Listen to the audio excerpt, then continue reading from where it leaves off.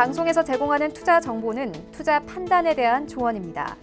방송에서 제공하는 주식의 가치, 가격 상승 및 가격 하락에 대해서는 방송사에서 보장하지 않습니다.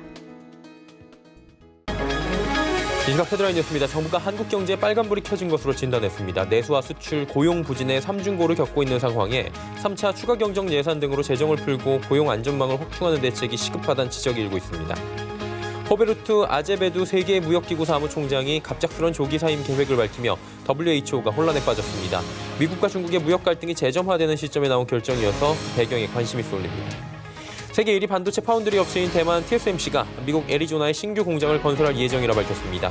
미국이 첨단 제품을 만드는데 중화권 업체에 대한 의존도가 높다는 지적으로 풀이됩니다. 국내 대표 철강 기업인 포스코와 현대제철의 주가가 코스피 지수의 회복 속도를 따라가지 못하는 부진에 빠졌습니다. 코로나 바이러스 여파로 수요가 급감한 데다 원자재 가격까지 올라 주가의 발목을 잡고 있다는 분석입니다.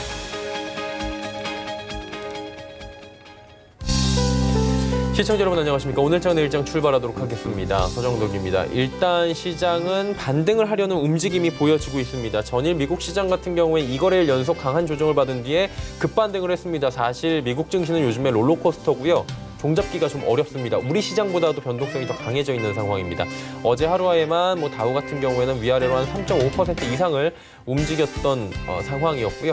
우리 시장은 미국 증시 반등에 힘입어서 올라가려는 움직임은 보이고 있는데 반등세는 강하진 않습니다. 일단 유가도 급등을 했고요. 전체적으로 봤을 때는 전일 우리 시장도 조정을 받았기 때문에 기술적으로도 조금 올라오려는 움직임이 보이고 그러다 보니 어제 조정을 크게 받았던 코스피 같은 경우에는 반등폭이 그래도 코스닥에 비해서 잘 나옵니다. 코로나19 확진세는 여전합니다. 계속해서 이태원 클럽발 확진자가 늘어나고 있는 상황이고 우리나라뿐만이 아니라 러시아 그리고 중남미 쪽 우려가 계속 나오고 있는데 주식시장만큼은 강한 유동성을 기반으로 지금 상승하려는 움직임을 계속해서 보여주고 있는 상황입니다. 자, 그렇다면 한 주를 마무리하는 금요일 시장입니다. 어떻게 마무리를 해야 할지 하나하나 점검해 보도록 하죠. 코스피가 1929.44입니다. 일단 상승 흐름들 여전히 가져가고 있는 상황이다라고 정리가 되고 있고요. 하루간의 흐름을 잠깐 보면 자, 흐름 보시면 지금 쭉 빠졌다가 다시 올라가는 모습입니다. 1915까지 한번 밀리는데 최근 시장의 트렌드라고 해야 될까요? 이게 움직임이 장 초반에 좀 갭으로 띄워도 한번 밀어버립니다. 이렇게 밀고 다시 올라가는 모습들이 보여지면서 이 순간에 지금 손절매나 혹은 물량을 던지는 분들이 많이 지금 계시고 있는 상황인 것 같습니다. 자, 다음 잠깐 볼까요? 수급을 보시면 기관이 매수에 하루 만에 들어오네요. 근데 외국인이 오늘도 팔면서 외국인은 이번 주 내내 매도 포지션 잡아갑니다. 다음 보도록 하죠. 삼성전자와 SK하이닉스가 올라갑니다. 워낙에 조정을 이번에 받았기 때문에 기술적으로 올라가고요. 많이 올라온 네이버가 기술적으로 많이 밀려 내려가는 모습도 포착이 됩니다. 다음 볼까요? 자, LG화학, LG생건 올라가는 가운데 삼성 SDI는 조정 바옵니다. 일단은 전기차 섹터 관련해서도 오늘은 희비가 좀 엇갈리고 있고요. 전체적으로 크게 힘이 빠진 모습은 아닌데 오르고 내리는 종목들이 좀 극명하게 갈리는 모습도 있습니다. 다음 보도록 하죠. 카카오, SK텔레콤, NC소프트 빠지는 가운데 현대모비스의 상승폭이 괜찮고요. 삼성물산도 기술적으로 올라올 시즌이 되긴 됐었습니다. 다음 보도록 하겠습니다. 자, 690.34입니다. 코스닥도 다 올라왔습니다. 하루간의 흐름을 잠깐 보시면 코스닥 오늘 장 초반에 695, 700 향해 가는 거 아닌가 했는데 또 쭉 빠집니다. 한 10포인트가 빠졌고요. 다시 5포인트 정도 올라온 상황입니다. 자, 다음 보시면 수급이 기관이 좀 매수에 들어오네요. 개인 기관사고요. 외국인 팔고 있습니다. 시총 상위주들 살펴보도록 하겠습니다. 셀트리온 헬스케어 여전히 올라가고요. 셀트리온자 들어가면 오늘 또 올라갑니다. HLB가 10만 원 다시 무너지네요. 최근에 급등 이후에 계속해서 조금씩 빠집니다. 일단 진영근 회장의 유상증자 참여 소식에 급등했던 HLB가 10만 원 이하까지 다시 조정을 받아 내려온 상황입니다. 시젠이 어제까지 올라갔고요. 오늘도 장 초반에 상승 흐름들 크게 가져가다가 지금 차익 실현 매물이 또 강하게 나옵니다. 사실 시총 상위 종목이다, 우량주다라고 생각할 수도 있겠지만 움직임 자체는 굉장히 지금 따라잡기가 어려운 상황입니다. 분봉상으로 보셔도 펄어빅스 빠지고요. 다음 보도록 하죠. 알테오젠, KMW, 에코프로비엠 올라가는 가운데 CJ ENM, 스튜디오 드래곤은 여전히 빠집니다. 엔터주들 오늘 조금 어렵고 말씀드렸다시피 전기차 관련해서는 에코프로비엠 지금 뭐 조정이 거의 안 나오면서 가장 큰 움직임을, 물론 이제 시총 순위를 대비해서 말씀을 드려야 되겠지만 시가총액이 크고 좀 대표를 하는 업종 가운데서는 에코프로비엠이 정말 힘이 강하다라고 지금 이야기가 나옵니다. 다음 보도록 하죠. 슈젤도 큰 폭의 상승이 이틀 연속 나옵니다. 원익 IPS까지 올라가고요. 나머지 종목들은 조정 나옵니다. 다음 보도록 하죠. 환율이 또 올라가네요. 1230원 부근까지 원달러 환율은 어느새 또 올라왔습니다. 자, 종목 상담 오늘도 활짝 열려 있습니다. 100원의 정보 이용료 부과된 샵 0082번을 통해서 보내주시면 되고요. 2시 50분부터 저희가 함께하도록 하겠습니다. 금일 본 방수에서 제공해드리는 정보는 투자 판단에 대한 조언일 뿐입니다. 해당 주식의 가치와 수익률 보장해드리지 않는다는 점 참고해 주시기 바랍니다. 이 시각 특징주 바로 살펴보도록 하겠습니다. 정보경 캐스터입니다. 네, 오늘 국내 증시는 오르면서 출발했는데요. 미중 무역 분쟁 우려와 코로나 확장세로 장중 하락 전환하기도 했습니다. 코스피가 상승 반등에 성공했고 코스닥도 낙폭을 줄여가는 이 시각, 이슈 종목들 지금부터 만나보시죠. 이 시각 종목 핫슬입니다. 제일약품, 비트컴퓨터, 조화제약이 올라와 있습니다. 오늘 가장 먼저 만나볼 종목은 제일약품입니다. 나파모스타트 관련주들이 오늘 급등하고 있는데요. 제일약품이 현재 꽉 찬 상승 보여주고 있고요. 거래가 46,200원입니다. 하루간의 흐름도 확인해 보시죠. 제일약품은 어제에 이어서 오늘도 가격 제한폭까지 오르는 모습입니다. 췌장암 치료제인 나파모스타트가 코로나19에 강력한 효과를 보인다는 소식이 전해졌습니다. 나파모스타트가 렘데시비르보다 600배 이상 강력한 항바이러스 효능을 가졌다는 연구 결과가 나온 건데요. 제일약품은 나파모스타트 주성분의 약제를 개발 판매하고 있어서 오늘 매수세가 몰리는 모습입니다. 한편 또 다른 관련주인 뉴지랩과 SK케미칼도 오늘 급등하는 모습을 보여줬습니다. 다음 종목 만나보시죠. 한편 코로나19와 관련해서 어린이 괴질이 전 세계로 확산하고 있는데요. 이 같은 소식에 조화제약이 현재 급등하면서 4,845원에 거래되고 있습니다. 하루간의 흐름도 확인해 보시죠. 오전장에 수직 상승한 이후에 다시 한번 반등하면서 현재 장중 고점 부근에 위치해 있습니다. 미국과 유럽 등 전 세계적으로 코로나19 감염증과 연관된 것으로 보이는 어린이 괴질이 확산되고 있습니다. 뉴욕주에서 현재까지 100명이 넘는 어린이 괴질 환자가 나왔는데요. 치료제로 스테로이드, 아스피린, 항생제 등이 쓰이고 있습니다. 아스피린 치료가 부각되면서 아스피린 제품을 판매하는 조화제약에 투자자들의 관심이 쏠리고 있습니다. 오늘의 마지막 종목 만나보시죠. 정부의 원격 의료 도입 가능성에 비트컴퓨터도 강세를 보이고 있는데요. 현재는 전날 대비 13.66% 올랐고요. 거래가 11,650원입니다. 하루간의 흐름도 확인해 보시죠. 오늘 종일 빨간불 켜고 있고요. 최저가 1,650원, 최고가 12,600원 사이에서 움직이고 있습니다. 정부가 코로나19를 계기로 비대면 의료 서비스 확대 방침을 밝히고 원격 의료 제도화 방안을 추진한다는 소식이 전해졌습니다. 앞서 지난 13일 청와대는 원격 의료에 대해 최근 긍정적인 평가가 있어 검토 중이라고 언급했는데요. 다음 날에도 정세균 국무총리 등이 비대면 진료 확대와 원격 의료 제도적 기반의 필요성에 대해서 긍정적인 반응을 내놓은 상태입니다. 지금까지 이 시각 특징주 알아봤고요. 오늘의 주요 암호화폐 시세 만나보겠습니다. 오후 1시 30분을 기준으로 알아보는 오늘의 코인 시세입니다. 가장 먼저 비트코인 2.8% 내리면서 가격은 1,150만 원대고요. 이더리움 1.6% 내렸습니다. 24만 2천 원대에 거래되는 모습입니다. 다음 코인도 확인해 보시죠. 오늘은 비트코인 캐시와 에어드란이 눈에 띄는데요. 비트코인 캐시 2.24% 빠지면서 가격은 28만 9천 원대, 에어드란은 18%가 넘게 올랐습니다. 가격은 380원입니다. 다음 코인도 만나보시죠. 리플과 라이트코인 모네로가 내리는 가운데 이오스가 1.21% 상승하면서 3,146원에 거래되고 있습니다. 지금까지 이 시각 특징주와 주요 암호화폐 시세 만나봤습니다. 네, 오늘장 이슈 바로 점검해 보도록 하겠습니다. KTB투자증권 이성훈 과장 연결돼 있습니다. 안녕하세요, 과장님. 네, 안녕하십니까. TSMC가 미국 애리조나에다가 공장 설립한다 이런 계획을 또 밝혀왔습니다. 미국의 반도체 자급주 확산으로 위탁 생산 시장에 변화가 감지되고 있다 이런 얘기들이 또 나오고 있는데 흐름 좀 짚어주시겠습니까? 네, 말씀하셨듯이 파운드를 회사죠. 대만의 TSMC가 이 미국 애리조나에 첨단 반도체 공장을 건립하겠다. 이 얘기가 나왔었는데요.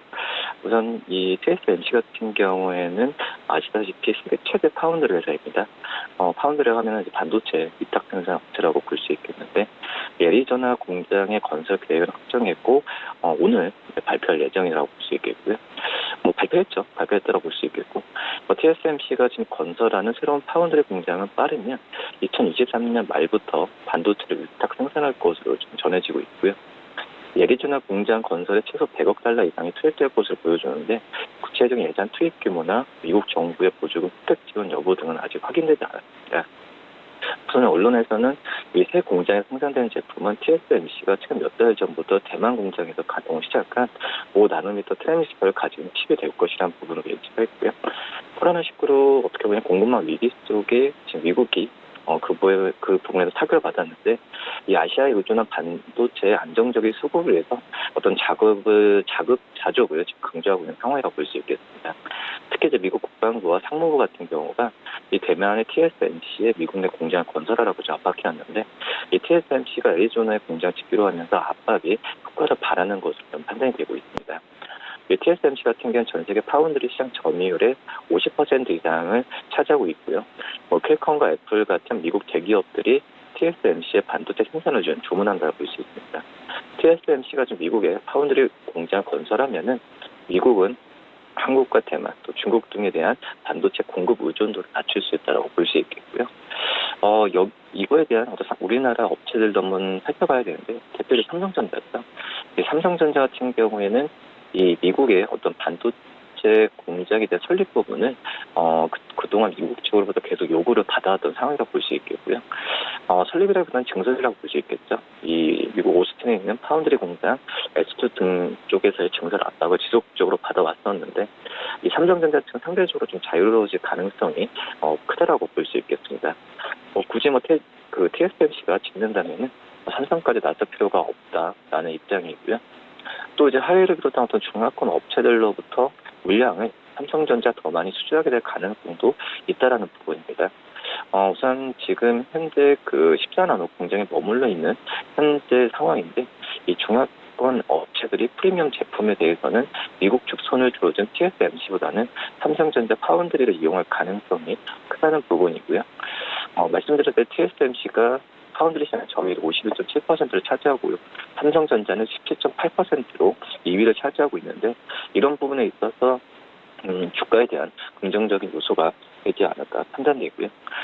지금 증권사 같은 경우는 삼성전자 목표를 이제 61,000원으로 지금 계속 잡고 있는데 코로나19 발발 이후에 어떤 실적 부진을 반영하면서 우리 영업이익 추정치를 33조 원에서 30조 원 하향 조정했는데 목표 주가는 계속 유지한다는 부분입니다. 특히 이제 세트 부분 쪽에서 추가적인 이 하향 조정 발생하더라도 삼성전자 전사의 영업이익은 2분기의 바닥을 통과하면서 3분기의 전분기 기준 회복할 가능성이 높지 않을까 지금 판단이 되고 있고요. 반도체 부분도 3분기 증이익으로 좀 전망이 되고 있고 특히 이제 드램 가격과 낸드 가격은 3분기에 분기 기준으로 상승하지 못하는 걸 가정해도 이 드램의 성수기 진입, 낸드에서 시한 생산 라인 증설 효과를 감안하면 증익 가능성이 높지 않을까 판단이 됩니다. 이런 점에서 봤을 때 삼성전자의 주가는 좀 긍정적인 상황으로 갈 수 있다라고 생각이 됩니다. 그리고 항공주 봐야 되는 게 지금 항공주들 계속해서 부도 얘기 나오고 있고요. 어렵다 얘기 계속 나오잖아요. 자세한 흐름을 좀 짚어주시는 건 어떨까요? 네, 우선 지금 국제항공운수협회 회장이죠. 알렉산드로 지니아 회장이 2023년까지 항공의 수요 감소가 계속 이어질 가능성이 있다. 한마디로 2023년 이후에야 코로나 전의 상태로 갈 수 있다는 부분을 의견을 내놨는데 우선 미국과 유럽에서 이제 항공 수요가 거의 90% 이상 감소했죠. 이 봉쇄령과 또 여행 제한이 연장될 경우에 우리 회복은 더 늦어질 가능성이 있다고 볼 수 있겠고 우선 정부들의 항공산업이 재개되고 여객기를 다시 운항하도록 단계적 접근을 지금 요구한 상태이지만 우선 열어야죠. 세계 주요 항공사들이 단계적인 운항에 재개가 나서야 되는 게 필수라고 볼 수 있겠습니다. 다행인 부분 유나이티 항공이 오는 6월에 유럽과 중국행 노선을 재배치하겠다는 목표를 세워두었고 이 두바이 정부가 소유한 이 에미레이트 항공 같은 경우에는 오는 21일부터 아웃바운드 노선을 재개하기로 했습니다. 여기에 유럽 저가 항공사 라이언에어 같은 경우에도 오는 7월 1일까지 전체 항공편의 40%가 운항할 것으로 좀 예상이 되고 있고요. 이런 점에서 이제 우리나라 항공사들도 주가가 좀 많이 반등을 했지만 최근에 대한항공이 유상증자 1조 원을 발표했는데 이게 지금 1조 원 그전에 어떤 자금 확충 계획만 한다면은 2조 2천억 규모의 자금 확충을 지금 하고 있다라고 볼 수 있습니다. 우선 일종의 유상증자에 대한 부분에 있어서는 정부 자금 지원안의 실행이라고 좀 볼 수 있겠는데, 우선 이번 유상증자는 주주 우선 배정 후에 채권주를 일반 공모하는 방식으로 진행된다라고 좀 볼 수 있습니다. 우선은 유상증자는 악재일 수 있겠지만 그동안 유상증자와 관련한 불확실성이 잔존해왔던 사실입니다. 하지만 이제 공시로 어떤 주가의 바닥에 대한 가능할 수 있는 것도 긍정적이라고 볼 수 있겠고요. 유상증자가 정부 지원을 위한 자구 노력 주문에 대한 대응 차원이 한 만큼 유동성 및 차입금 상환 리스크가 상당 부분 완화될 가능성이 있지 않을까 이렇게 판단되고 있고요. 이런 상황이 장기화될 경우에 가장 중요한 투자 포인트였던 과도한 레버리지 구조 개선에는 상당한 시일이 소요될 것으로 좀 판단이 되고 있습니다. 그리고 오늘 비대면 의료 서비스 확대 방침을 청와대에서 지금 밝혔습니다. 지금 뭐 관련주들 유비케어부터 해서 또 불붙고 있는 상황인데 정부는 원격 의료를 제도화하는 방안을 추진할 방침이라고 밝혔습니다. 어떤 내용인지 좀 전해주시죠. 네, 지금 현재 원격 의료에 대한 이슈가 좀 다시 한번 좀 얘기 나오고 있는데요. 정부가 어떤 비대면 의료 서비스 확대 방침을 밝히면서 이 원격 의료 확대 논의가 다시 불붙고 있습니다. 지금 현재 21대 국회 개원의 보름 앞두고 이 원격 의료 카드를 지금 정부가 꺼내 들었다라고 좀 볼 수 있겠고요. 정세균 국무총리 같은 경우에도 3차 목요 회의를 주재하면서 이제 비대면 진료 확대, 원격 모니터링, 서비스 발굴 같은 고건의료 대책의 과감한 중심 이동이 필요하다는 부분을 제시를 했습니다.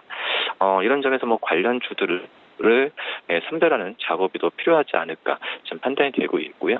원격 의료 관련주 중에서는 지금 시장에서 어떤 특별하게 좀 실적이 바로 본격적으로 나오는 기업은 많이 없다라고 좀 생각이 좀 되고 있고, 다만 지금 정부 정책으로 어떤 수혜를 받는 그런 기업들 같은 경우에는 좀 약간의 주가 전망을 좀 긍정적으로 갈 가능성이 좀 있지 않을까 좀 이렇게 좀 생각이 되고 있습니다.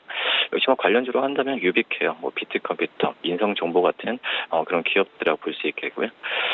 그리고 이제 총선 이후에 또 슈퍼 여당이 생기면서 이런 원격으로 관련주들은 정부 정책 수혜주로 계속 관심 있게 봐도 괜찮지 않을까 판단이 됩니다. 예, 오늘 말씀은 여기까지 듣도록 하겠습니다. 고맙습니다. 네, 감사합니다. 네, KTB 투자증권 이성훈 과장과 함께했고요. 이슈 칼럼 이어갑니다.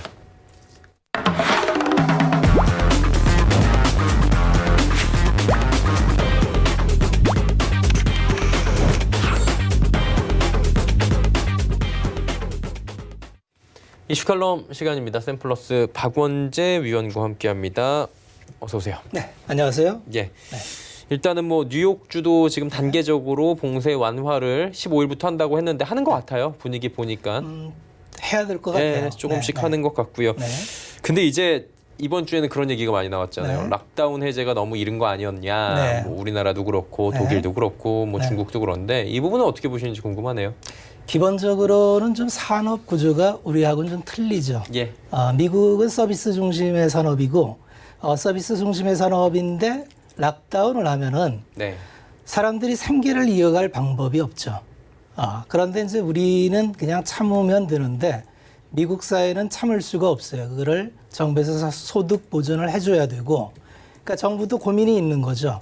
계속 묶어만 놓을 수는 없는데 바이러스의 재확산 위험은 있지만 계속 묶어놓으면 그 자체 리스크도 간과할 수 없는 리스크다. 그래서 선택을 강요받는 상황인데 어떤 선택도 쉽지는 않아요. 그런데 가만히 있는 것보다는 움직여야 되지 않느냐. 그래서 이제 풀어놨는데 이제 두려움은 있는 거죠. 우리 사회 잘 통제됐던 나라들도 보니까 한국같이 잘 통제됐던 나라들이 재감염이 나와요. 예. 그러다 보니까 야 이거 이러다가 우리가 또 재감염되면은 더 큰일 아니냐. 제일 두려워하는 건 계속 폐쇄 기간이 경제 폐쇄 기간이 길어지면은 우리가 하반기에는 이 코로나를 극복하고 정상 경제 활동을 할 거라는 전제에 모든 걸 계획을 짜고 있는데 그 전제가 무너진다면 또다시 경기 논쟁이 붙겠죠. 예. 그래서 그러한 두려움 속에서 선택지가 쉽지는 않은데 그 사이에 갈등이라고 봅니다. 네. 그러면 지금 한 가지 더 조금 이번 주에 두 가지 화두가 있었잖아요. 그게 네. 락다운 봉쇄가 좀 빨랐나? 네. 봉쇄 해제가 너무 이른 거 아니었냐라는 네. 얘기가 지금 뭐 WHO부터 해서 얘기가 나왔고요. 한 가지는 이제 미중 간의 무역 분쟁인데 네. 어제 트럼프 대통령이 중국하고 연 끊어버리겠다고 세게 나오죠. 네. 지금까지 나와도 폭스뉴스 기반으로 한다면 뭐 가장 센 발언이다라고 네. 시진핑 주석과 친하지만 말 안 하겠다 지금. 네, 네. 이게 말인지 뭔지 모르겠는데 뭐 그래요. 이러다 보니까 2차 발발이 되는 거 아니냐 이런 얘기 나오는데 어떻게 보세요? 기본적인 문제는 다 같이 살 수가 없다는 거예요. 예. 사실은 코로나 이전 또 트럼프 대통령 이전에는 국제적인 분업이나 협업 관계를 통해서 서로 유기적으로 생산과 소비가 일정 부분 역할을 하면서 크게 이제 다툴 일이 없고 저가 상품이 미국 시장에 공급되면은 미국은 싸게 공급해서 좋고 미국은 또 서비스 산업 우위나 달러 기축 통화를 활용한 국가의 부를 축적할 수 있기 때문에 크게 불만이 없었다. 그 정점은 이제 2000년 중반 때에 이제 모두 다 즐거웠던 골드락스 시절이 있었죠. 너도 좋고 나도 좋고. 그런데 코로나가 이제 모든 것을 바꿔놨죠. 모두 다 잘 살 수 없다면 내가 잘 살아야겠죠. 그래서 내가 잘 살려고 하니까 상대한테는 이제 희생을 강요하는 거죠.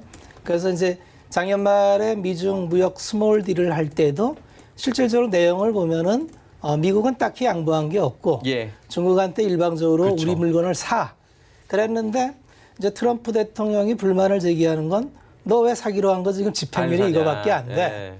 지금 뭐 그럴 수밖에 없는 게 집행률이 아마 10% 초반대 될 거예요. 근데 못 사요 중국도 근데 사실 이제 지금. 예. 중국 입장에서는 야 이거는 천재지변 아니냐. 특수한 상황이니까 재협상을 좀 하자. 우리 만나서 지난 연말에 했던 거는 좀 이런 특수 상황이 반영이 안 돼 있으니 우리가 구입하기는 하되 좀 시차를 좀 늘려서 할 테니까 재협상을 하자 그랬는데 이제 트럼프 대통령이 야 나는 그럴 마음이 없다. 당분간 만나고 싶지 않다 이렇게 하는데 다분히 이제 선거를 염두에 둔 발언이라고 봐야겠죠. 그러면 이제 한 가지 또 문제가 실업률이에요. 그러니까 문제가 이렇게 뭐가 많냐라고 시청자분들은 말씀해 주실 수 있겠지만 문제가 문제를 낳는 상황이잖아요. 코로나가. 그렇죠. 실업률은 지금 역대 최악이거든요. 지금 뭐 나오니까 오늘 근데 뉴욕 증시가 올라간 게 네. 실업자는 어마어마하지만 실업률이 그래도 3월 이후에 뭐 정점을 찍고 줄고 네. 있다라는데 이게 약간 코에 걸면 코골이 같은 느낌도 좀 들어요. 어쨌든 간에 경기 반등에 대한 기대감도 파월 의장도 지금 멀리해 놓은 상황인데 이 부분은 어떻게 보세요? 결국은 지금 사회는 예. 명확하게 이렇다고 정의를 못합니다. 경로가 앞으로 경제 경로가 어떠한 경로를 걸을지에 대한 뭐 경기 논쟁부터 시작해서 또 하나의 문제는 실물 부분과 금융 부분의 괴리예요. 양극화. 그래서 실물을 보면은 좋을 게 하나도 없죠. 뭐 그 세상이 다 문을 닫았는데 어디서 좋을 거를 기대한다는 건 어려운데 금융 부분을 보면은 사상 최대의 통화를 발행함으로 해서 주식 시장만 좋아요. 자, 이게 이제 양극화 시절인데 예. 앞으로는 이게 이제 일상화가 될 테니까 자, 뭐 선택을 많이 강요를 받죠. 사람들은 이제 어려운 선택을 강요받는데 이 양극화의 구조에서 어느 편에 설래?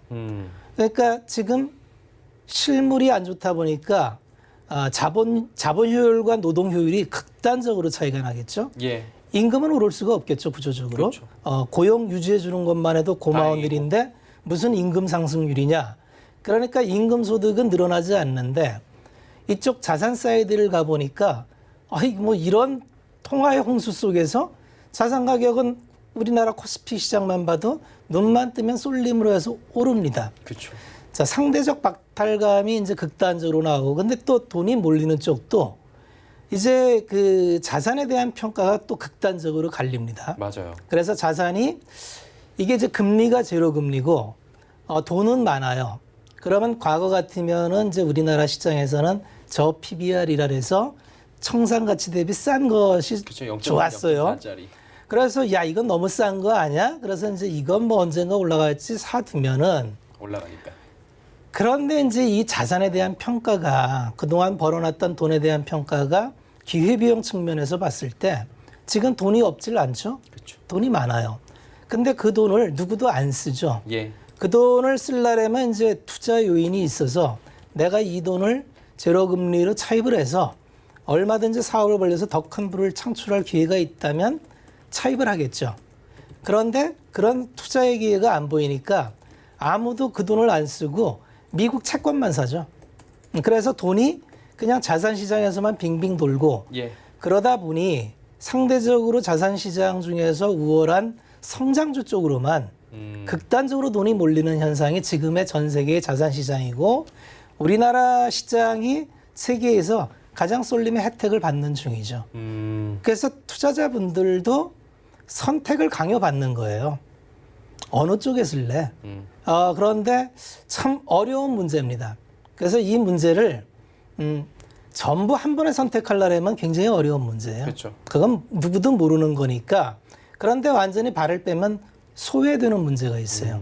지금 흐름에서 소외되는 것도 문제고 그런다 해서 한쪽에 내가 전부 집어넣는다는 것도 위험하죠. 극단적으로 예리한 상승은 예리한 하락을 낳거든요.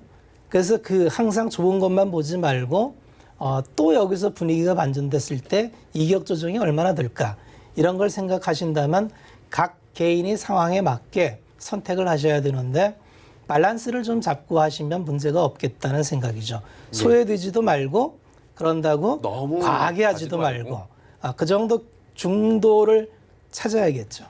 뭐든지 중도가 참 어려운 법인데 말이죠. 가장 어렵습니다. 예. 그게.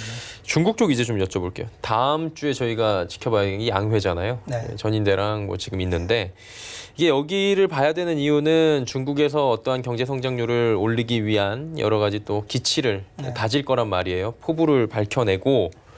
근데 어떻게 직격탄 세게 맞았는데 경제 성장률을 봐오려는 말도 안 되는 것 같다. 세계는 그러는데 중국은 계속해서 성장률을 높이기 위한 몸부림을 치고 있단 말이죠. 네. 이 부분 어떻게 보십니까? 사회주의 국가라서 그런 거 아닐까요? 정부가 어느 정도 마사지가 가능하니까. 체제의 안정을 위해서는 예. 고용이 절대적으로 중요하죠. 그렇죠. 그 자유시장 경제에서는 시장의 기능에 맡기기 때문에 정부가 굳이 그거에 대해서 책임을 지는 거에 대해서 좀 약하죠. 예. 근데 사회주의는 그 근간이 우리가 책임져 줄 테니까 우리를 믿고 권리를 달라 해서 일당이잖아요. 선택권도 없고. 그래서 모든 권리를 줬으니 그러면 너희가 이제 우리를 책임을 줘야 된다니까 중국 사회는 또 이제 다민족의 이제 그 여러 종족이 뭉쳐 살고 있기 때문에 예. 고용 같은 가장 기본적인 생계 수단이 흔들리면 체제 안정이 굉장히 불안하겠죠. 그렇죠. 그래서 전인대는 이제 매년 3월에 열렸었는데 이게 아마 78년 이후에 연기된 게 처음이고 또 여기서 그 뭘 해야 된다는 것에 대해서 이렇게 논란이 많았던 것도 처음인 것 같아요. 예. 근데 이제 어떤 결과가 나올지 모르겠지만 사실 뭐 추측컨대 강력한 경기 부양 정책이 나올 거다. 예. 그리고 그 부양책을 통해서 이제 좀 달래야겠죠. 그리고 실질적으로 재정을 막강하게 이제 투입을 할 거고요. 그 다음에 이제 산업진흥을 좀 해야 될 텐데, 이 위기를 극복하기 위해서 어느 쪽에 이제 집중 투자를 할 거냐. 지난 시간에 말씀을 드렸겠습니다만 결국은 4차 산업, 선점하는 쪽에 이제 투입을 하겠죠. 예. 세 번째는 이제 가장 어려운 쪽을 찾아서 거기는 이제 쿠폰을 넣을 텐데, 우리나라 경제하고 맞붙어 있는 게 우리나라하고는 이제 중국하고 무역 규모가 1위니까 예. 우리 쪽 산업 전체적으로도 중국의 부양책은 굉장히 중요하겠죠. 그렇죠. 그래서 겹불 정도라도 찔 수는 있겠다니까 나쁜 일은 아닌데 이제 문제는 미중 간에 이제 뭐 이렇게 자꾸 트러블이 예. 생기고 줄서기를 강요하니까 또 거기도 이제 중용을 찾아야 되는데 계속적으로 앞으로의 시대는 이렇게 선택을 강요받는 거를 요구받을 것 같아요. 그래서 어느 위치에 있는 사람들도 선택은 다 어렵겠구나.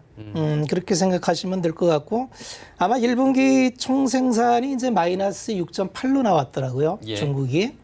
그럼 연간으로 해서 앵커님 말씀하신 대로 과연 뭐 6%가 되겠느냐 가당치도 않다는 건데 알 수 없을 것 같아요. 여러분 이 사회주의 정권은 이제 이 먼 비전이나 선언 이런 게 굉장히 중요합니다. 그래서 되든지 안 되든지 그걸 선언을 통해서 인민들의 결집 그리고 이제 체제의 안정을 유지하는 게 보다 중요하기 때문에 예. 선언적으로 할 수도 있을 것 같아요. 그리고 이제 뭐 데이터는 또 만들면 되니까. 그래서 어쩔지 모르겠습니다만 만약에 성장률 제시를 안 한다면 야, 좀 꽤 심각하겠구나. 주변에서 또 이렇게 받아들이지 않겠어요? 그래서 아마 상징성으로 제시를 하지 않을까 그렇게 생각이 됩니다. 예. 지금 금리를 지금 각국이 낮추고 있잖아요. 네. 미국 같은 경우에는 마이너스 금리는 생각하고 있지 않다. 우리는 이 외에도 어나더 플랜이 굉장히 많이 있다. 뭐 이렇게 파월 의장이 표현을 하더라고요. 이틀 전에 보니까. 그러니까 한마디로 안 가겠다는 거고. 근데 우리나라는 내릴 여력은 뭐 없다라고 하지만 마이너스까지 조금 있잖아요. 아직 틈이. 그러다 보니까 내릴 수도 있지 않을까 이렇게 보는데 어때요? 추가 금리 인하 가능성이 금통위가 앞두고 있는데 어떻게 보십니까? 이 부분은? 되게 쉬울까요?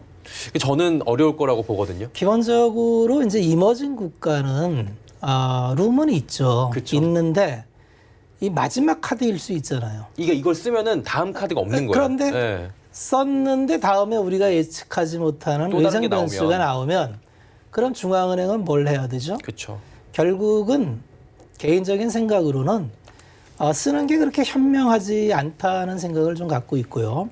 보통 이제 그 금리 인하를 이제 주장하시는 분들의 논거는 뭐 이렇게 자산 가격 부양도 좀 시키고 예. 돈을 좀 더 그래도 세게 어려운 만든다. 기업에 넣는다는데 상식적으로 생각을 해보면 0.75 금리가 높은가요? 0.75라는 그 금리가 높아서 투자를 못하는 건 아니겠죠. 그렇죠. 결국은 이제 한계 기업들, 결국은 기준금리를 여기에 스프레드를 엎어서 올라가는 한계 기업들이 문제인 거죠. 예. 맨 마지막에 이제 하단에 놓여 있는 기업들은 하루하루를 넘어가야 되는데 이 스프레드가 이제 쭉 올라가 있는 거를 금리를 낮추면 이걸 좀 낮출 수 있으니 이제 좀 정책 당국자도 좀 도움은 받겠죠. 근데 좀 선택하기는 쉽지 않을 것 같아요. 왜 그러냐면 그런 장점도 있고 하지만은 우리는 기축통화국이 아니고 또 외국인들이 국내에 채권을 사는 거는 예. 재정 안정에 대한 믿음과 그다음에 환율에 대한 믿음이 있어요. 두 가지가 이제 외국인들이 대한민국 시장을 좋게 보고 이제 들어오는 이유인데 금리를 건드린다는 건 요 두 가지가 이제 다 흔들릴 수가 있는데 예. 만약에 외국인들이 채권을 팔면 어떻게 될까요? 지금 주식은 파는데 채권은 사죠? 그렇죠. 근데 채권까지 팔면 어떻게 될까요? 매출이 어마어마해지겠죠. 환시장이 흔들리겠죠. 예. 실질적으로 우리는 이제 환시장이 안정이 돼 있어서 그렇게 피부로 못 느끼는데 자원 이머징 국가들은 환시장이 굉장히 많이 흔들리죠. 그러니까 굉장히 그 거시경제 운영하는데 애를 먹어요. 그래서 뭐 어떤 게 이제 그 또 더 큰 불을 창출할지는 아주 어려운 문제지만 그쵸. 예. 개인적으로는 마지막 카드까지 쓰기에는 앞으로 하반기까지 남아있는 불확실성이 너무 크다. 너무 많지 않아요. 그거 누가 알겠어요. 그쵸. 하반기에 어떤 일이 벌어질지. 그래서 0.75에서 더 인하하기는 조금 어렵다. 어렵다고 봐야 되지 않느냐. 아직은. 아직은. 상황적으로 볼 때. 더 악화가 되면 뭐 꺼내 들 수도 있겠죠. 최후로는 뭐 최후의 이를테면 카드죠. 뭐 매일 부도가 나서 부도 기업이 나와서 네. 뭐 결제가 안 되고 그러면 IMF 때도 그랬죠. 그렇죠. 매일 대기업이 눈 뜨면 부도 부도 소식이었어요. 그 정도라면 당연히 해야겠지만 아직 그 정도 상황은 아니지 아니다. 않나요? 예. 그러니까 아까 뭐 채권 얘기 잠깐 해주셨는데 외국인 자본 순유출이 지금 계속 일어나고 있긴 합니다. 지난주에 반짝 들어오는 것 같던 외국인들이 이번 주 내내 지금 팔고 있는 상황이고요. 일단은 뭐 불확실성이 커지다 보니까 채권 시장으로 아무래도 쏠릴 수밖에 없잖아요. 안전자산이라고 보니까 주식보다는. 네. 이거는 조금 더 얼마나 갈지 전망이나 어떻게 분석하시는지 좀 듣고 싶어요. 결국은 자산 배분 전략이에요. 예. 위험 자산과 안전 자산은 전략적으로 비율을 정해놓고 그냥 집행을 하는데 대한민국 재정은 세계적으로 가장 건전하다고 평가를 받고 있죠. 거기다가 이제 환시장이 안정이 돼 있으니까 외국인들 입장에서는 대한민국 채권은 그냥 안전 자산으로서 꽤 괜찮은 초이스고 보통 세계 각지의 안전 자산으로 평가받는 나라 국채들이 다 제로 금리예요. 예. 근데 우리나라는 그래도 한 3년만 이렇게 하면 0.8 이렇게 나오거든요. 굉장히 수익도 좋아요. 그러니까 대한민국 채권은 매력적이니까 이제 들어오는 건데 아까도 말씀드렸지만 이 안전자산으로 유지되기 위해서는 환이 흔들려서는 안 되겠죠. 그렇죠. 여기서 환이 뭐 1,300억으로 올라가고 그러면 0.8% 먹으려고 들어왔는데 환에서 10% 깨진다. 예. 말이 안 되는 안 거죠. 하죠. 예, 그래서 또 거꾸로 돌아가면은 금리 정책이 다 맞닿아 있는 거거든요. 그래서 지금 대한민국도 지금 수출이 안 좋잖아요. 그러면 경상수지가 안 좋아서 그동안 계속 무역 흑자를 통해서 달러를 보강해서 예. 환시장을 안정시켰는데 이제 수출도 안 좋은데 자본 계정까지 흔들리면은 환시장이 안정할 수 있겠느냐. 겪어봐서 알겠지만 이머징 국가는 한번 환시장이 흔들리면은 통제하기가 굉장히 어렵습니다. 그래서 지금은 이제 한국 시장에 계속 채권으로 들어오는 걸로 봤을 땐 여전히 외국인들 입장에서는 한국은 안전자산 이렇게 분류하는 게 맞는 것 같고요. 그걸 지키기 위해서는 금리 정책이나 거시 환경 또 우리도 국채 발행을 많이 하는데 예. 산업은행과 한국은행이 이제 SPC 설립에 대해서 이제 논란이 많죠. 예. 어차피 국채 발행은 해야 되고 재정은 집행해야 되는 건 맞는데 이거를 표신하게 하면 안 되겠죠. 그래서 대놓고 매입해주고 막 이런 거. 그러면 안 됩니다. 왜냐하면 그러니까요. 이게 쇼잉이라는 게 있어요. 대외적으로 뭘 하는 것 같은데 이제 뒤로는 하되 대외적으로 드러내는 건 안 저 좋죠. 명분이 좀 중요하죠. 그런 그래서 것도. 그거를 자꾸 뭐 공개하라고 요구하는 것도 사실은 별로 안 조금 좋아요. 곤란한 거죠. 음. 몰래 하고 싶지 않겠어요? 그래서 도와주는 게 참 국익을 위해선 낫다. 그렇게 그렇죠. 보시는 것 같고요. 예, 일단은 상승 피로 쌓였다는 증시 얘기는 사실은 제 뭐 방송을 하면서 우리 시장 상승 피로도가 쌓였다는 얘기를 거의 한 달째 하고 있는 것 같은데 1900선 지금 안착을 했거든요. 지금 보니까 오늘도 안 밀려요. 예. 이게 어떻게 봐야 될지 참 어려운 시점이잖아요. 제가 이 시장을 통해서 계속 말씀을 드리잖아요. 자산 시장은 상대적이다. 자산 시장은 절대 가격이 없습니다. 예. 사람들이 흔히 이제 생각하기에 지난 시간의 경험을 갖고 자산 시장을 판단하니까 예. 지난 10년 동안 대한민국은 가장 전 세계에서 저평가 시장이었어요. 그렇죠. 저평가 시장이었기 때문에 대한민국은 저평가되는 게 맞다고 평가를 하니까 올라온 게 과열로 보이는 거죠. 제가 몇 번 말씀을 드리잖아요. 글로벌 위기 이후에 대한민국은 급이 달라진 거죠. 예. 가장 코로나를 슬기롭게 대처를 했고 전 세계의 모든 국가들의 경기가 엉망이고 다 망가진다는데 우리 1사분기 실적 발표했는데 어떻게 나오나요? 잘 나와요. 서프라이즈 기업이 엄청 나옵니다. 그리고 최근에 국내에 시장을 주도하는 기업들은 다 실적이 서프라이즈예요. 안 올라갈 이유가 있나요? 거꾸로 생각하면은 결국은 주가라는 건 실적을 따라가는 거고 실적이 엉망으로 나오는데 올라간다면 이거 좀 뭔가 문제가 있는 거 아니야?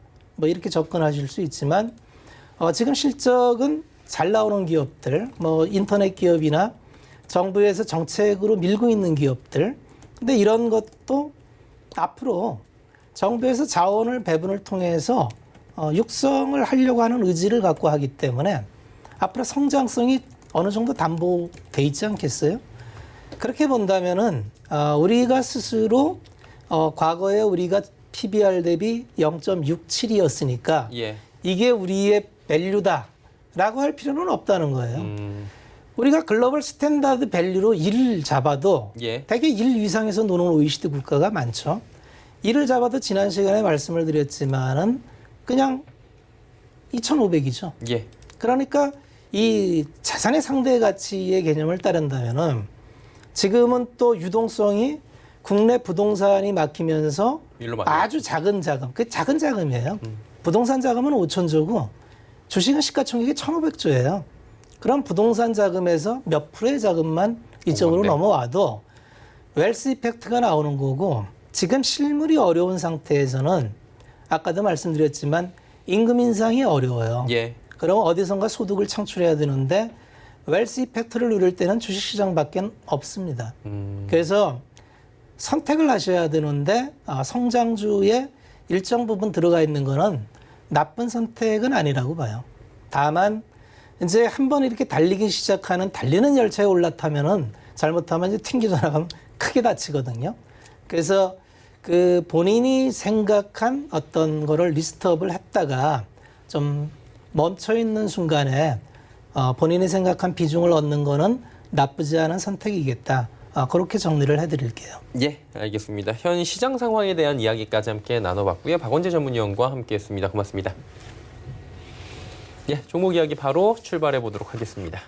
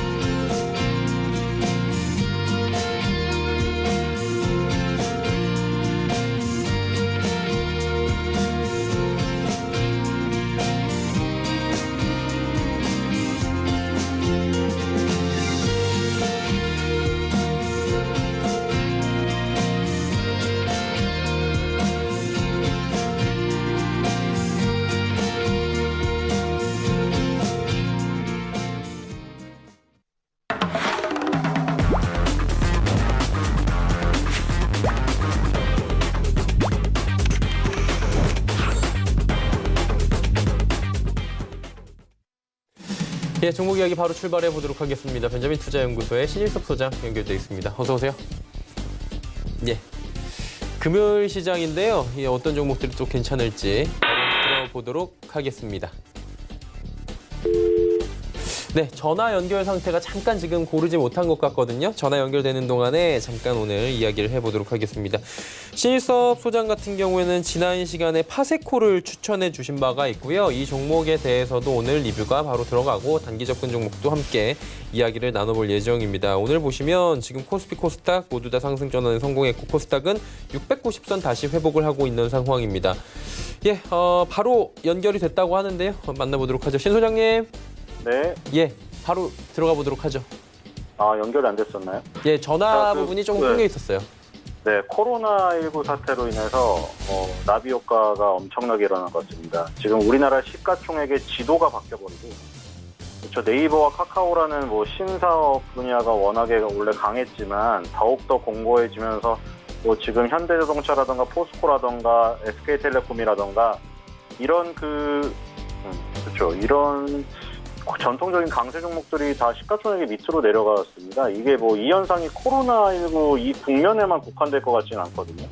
이게 나비 효과로 불러와서 아마 향후 10년간의 주가 바뀌는 게 아닌가 그런 조심스러운 생각이 들고요. 물론 그 네이버 카카오에 대해서 거품론을 얘기하시는 분도 있고 있는데 글쎄요. 그렇다고 현대자동차 포스코가 10년 내에 그 정도 갈까 그런 생각이 들어요. 그래서 지금 이제는 나올 건 다 나왔죠. 선수들은 다 뛰고 있어요. 코로나 테마주라고 해서 뛰고 있는 것들이 우리가 생각할 수 있는 거를 벗어난 것까지 다 나왔어요, 이제.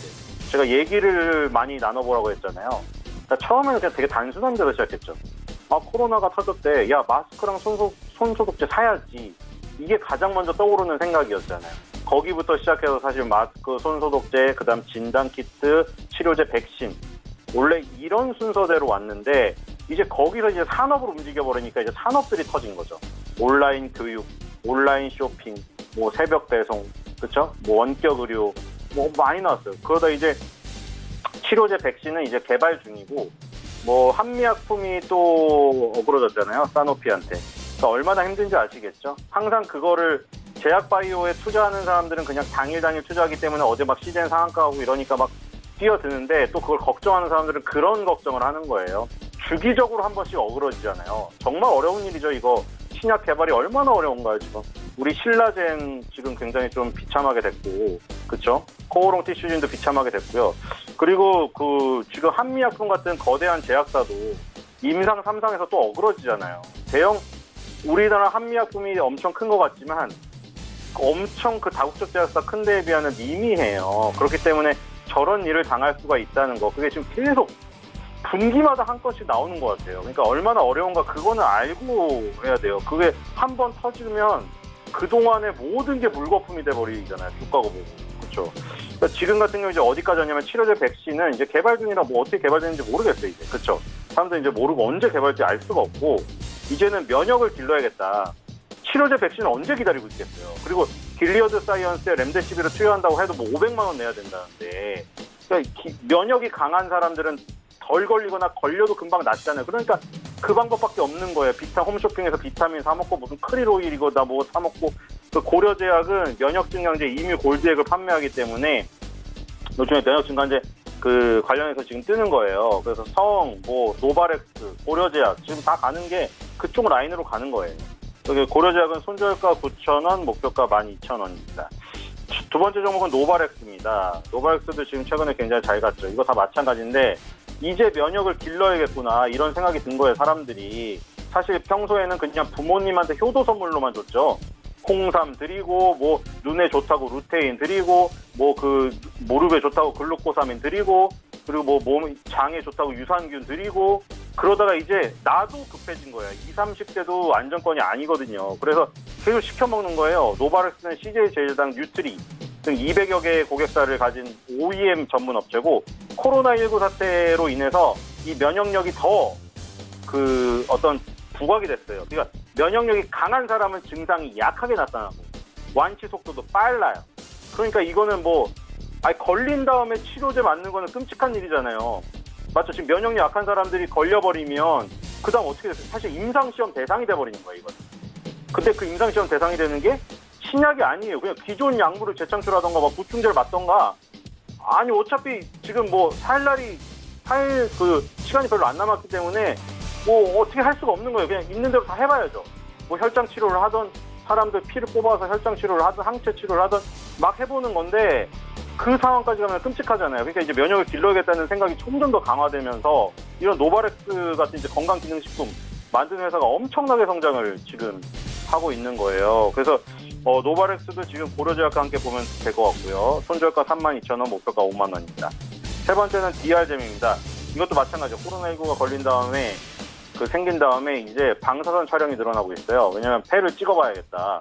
코로나19가 걸려서. 그래서 방사선 촬영 지금 횟수가 굉장히 증가하면서 제노레이나 DR잼 이런 엑스레이 업체들이 또 뜨고 있어요. 그러니까 이 코로나 테마주라는 게 처음에는 아까 말한 마스크, 손소독제, 진단키트, 치료제, 백신 뭐 이런 랩 순서 요렇게 갔는데 거기서 파생된 것까지 해가지고 적어도 한 100가지가 있는 거죠, 섹터가. 100가지 섹터가. 근데 그 중에 이제 의료기기 섹터 해가지고 엑스레이 쪽 여기도 이제 가고 있는데 이 산업도 사실 코로나19가 나비 효과로 불러 일으킨 거죠, 어떻게 보면. 지금 DR잼은 유엔 산하기구의 유엔 프로젝트 조달기구가 추진하는 엑스선 진단 영상 장비 국제 입찰 최종 계약자로 선정된 지금 뭐 뉴스도 나와 있고요. 어쨌든 뭐 코로나19 사태로 인해서 건강식품에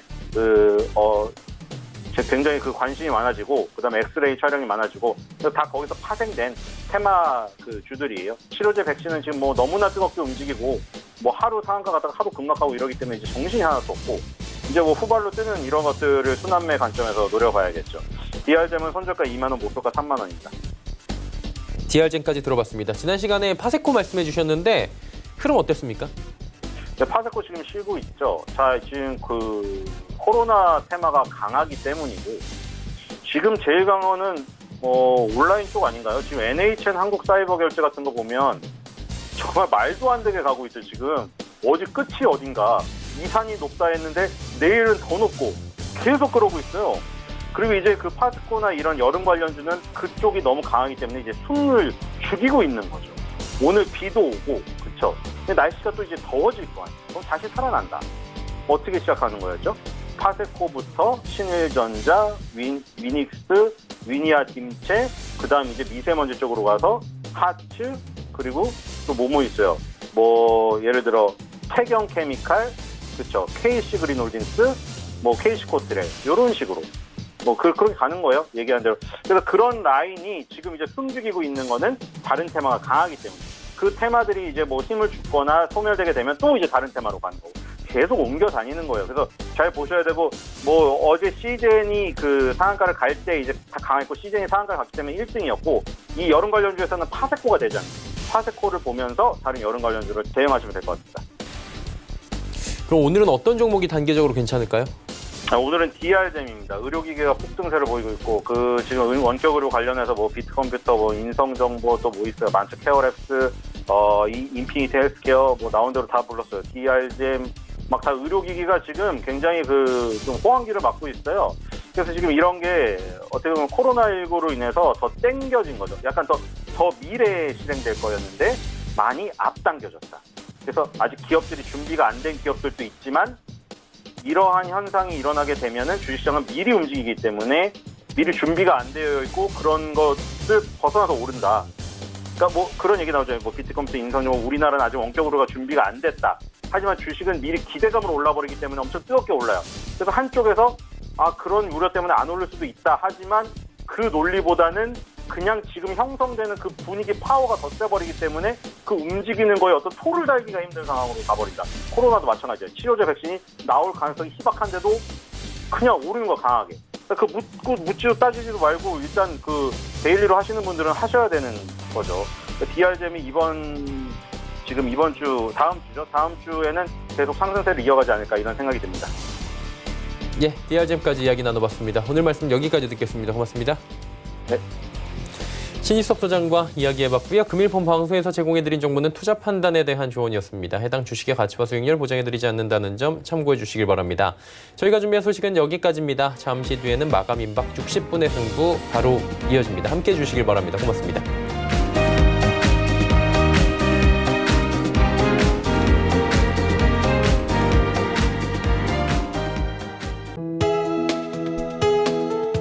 방송에서 제공하는 투자 정보는 투자 판단에 대한 조언입니다.